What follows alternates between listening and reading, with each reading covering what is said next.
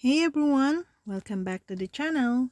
Today I will show you how to install Google Chrome app in laptop. All you have to do is go to the bottom and click start. Now at the top search bar, type Edge and click Microsoft Edge. Now let's proceed here. Type Google Chrome.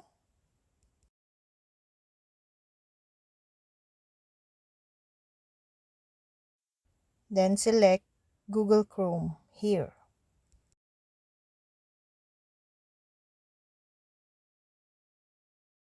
Then select Download Google Chrome.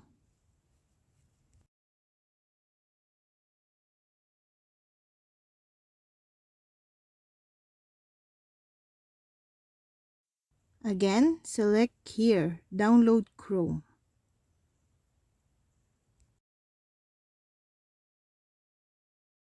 Now, you will wait for a minute to download it.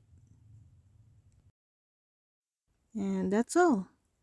This is a very simple way to install your Google Chrome. For more videos, subscribe to our YouTube channel.